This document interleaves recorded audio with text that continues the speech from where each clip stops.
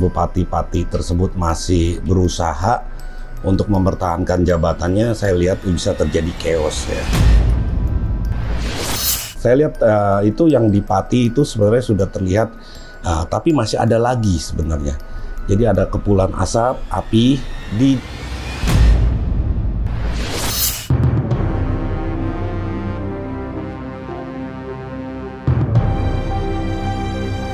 Saya mengundurkan diri dari jabatan saya sebagai Bupati Pati.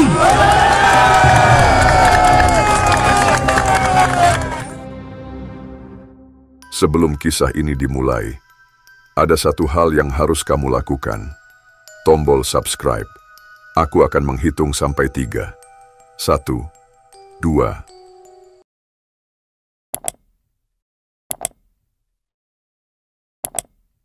Bagus. Dengan bantuanmu, kita akan mencapai 2 juta subscriber. Sekarang, kita mulai.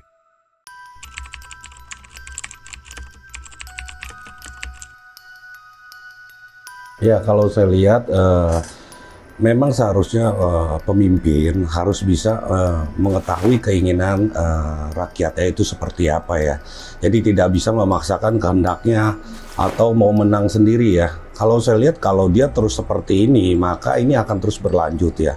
Kalau ditanya bisa sampai meluas, ya mungkin hanya di daerah Pati ya, daerah lingkungan sekitar ya.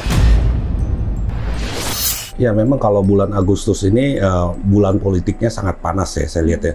Isu-isu dari masalah perpajakan ya dari pemerintah pusat yang mengeluarkan statement pajak, mengeluarkan royalti seperti heboh-hebohnya musik yang kena royalti segala macam, dan pajak-pajak untuk orang pernikahan itu semua akan menyebabkan masalah nantinya.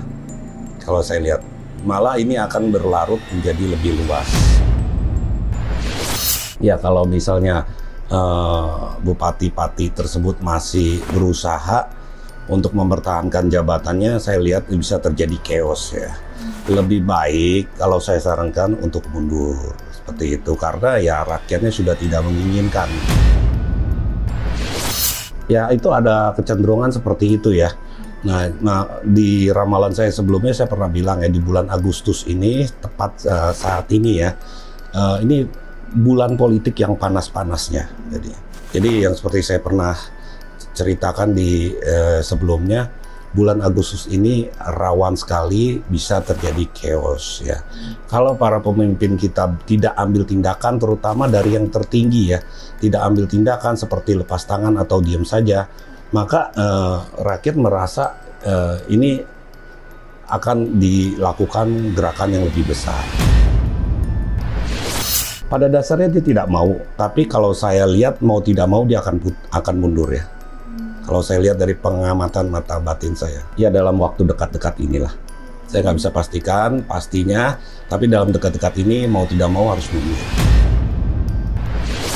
Nah, bupati dari sisi bupati sana pun akan melakukan negosiasi terus. Jadi melalui jalur belakang, meredam ini semua supaya dia tetap ada di posisi dia, tetap melakukan hal seperti itu.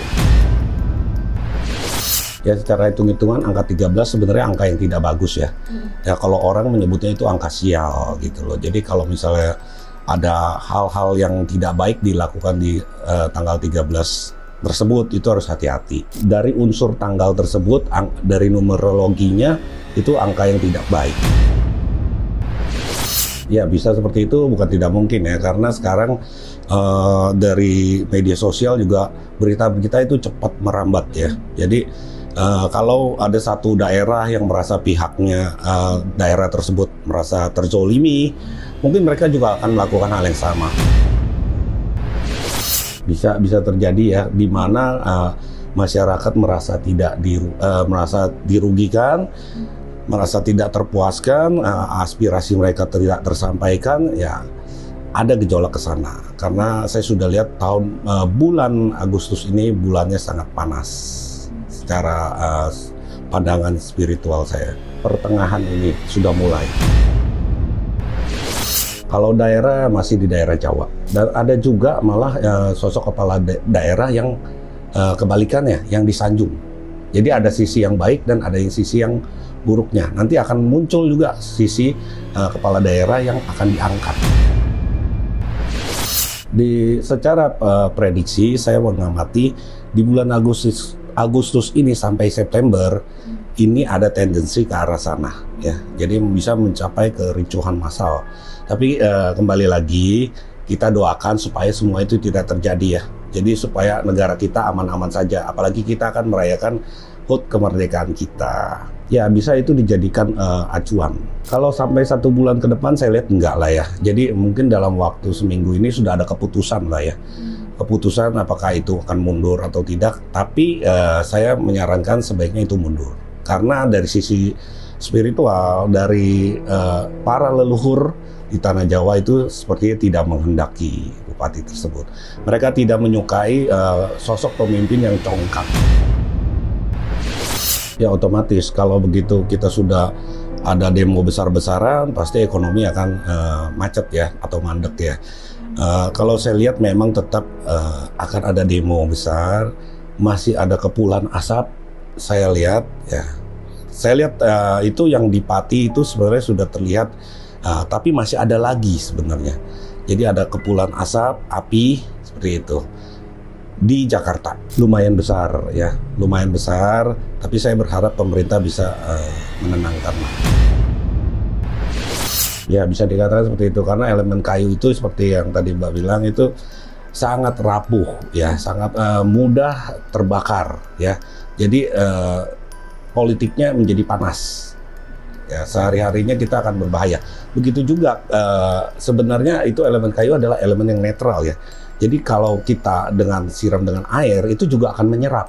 Jadi, bagaimana kita memperlakukan Indonesia ini supaya tidak terjadi hal yang tidak diinginkan.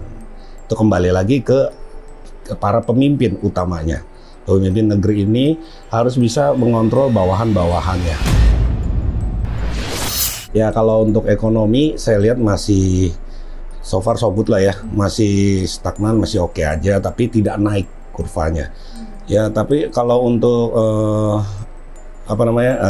demo itu pasti masih ada, Mbak. Dalam waktu dekat ini akan ada. Puncaknya nanti mungkin di bulan-bulan. Saya lihat mulai dari pertengahan Agustus bisa sampai September lah. Itu bulan-bulan panas ya. Di 2026, selama 2025 ini pemimpin ini bisa mengambil keputusan yang tepat, maka itu semua tidak terjadi. Ya, kuncinya ada di 2025 ini. Jadi kalau pemimpin kita cepat tanggap apa yang diinginkan masyarakat dan berhasil mengatasi semua masalah, maka 2026 dan seterusnya akan aman. Seperti itu. Memang ini tahun awal kepemimpinan presiden kita, jadi gejolak politiknya pasti sangat-sangat besar. Kalau pemimpin seperti presiden itu belum ya. Tapi usahanya ada. Ya, jadi di tahun 2026 ditentukan dari 2025 ini situasi politiknya ya. Jadi kalau pemimpin kita mampu menghadapi situasi politik tahun 2025, maka 2026, 27 dan seterusnya itu akan aman. Ini beratnya di 2025. Dari Agustus pertengahan sampai September saya prediksi. Bencana alam masih ada. Ya.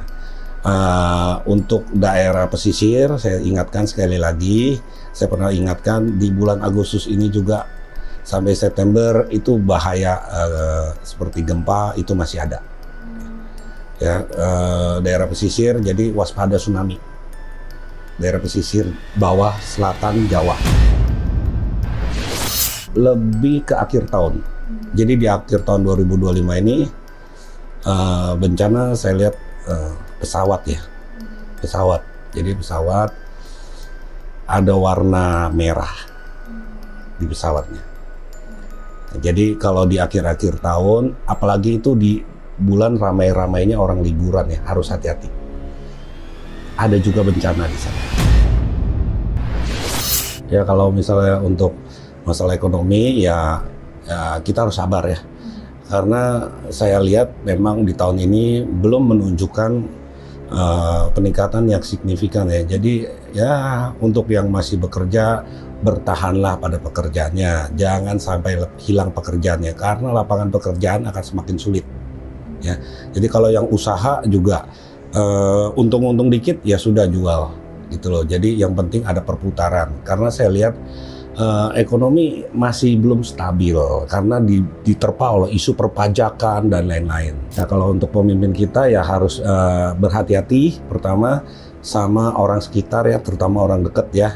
Ada yang terlihat sok baik di depannya, tetapi ternyata ya berusaha menikam dari belakang. Betul, karena bagaimanapun pemimpin harus pro ke rakyat. Karena kalau tidak pro ke rakyat, itu menjadi ancaman yang besar buat pemimpin itu tersendiri.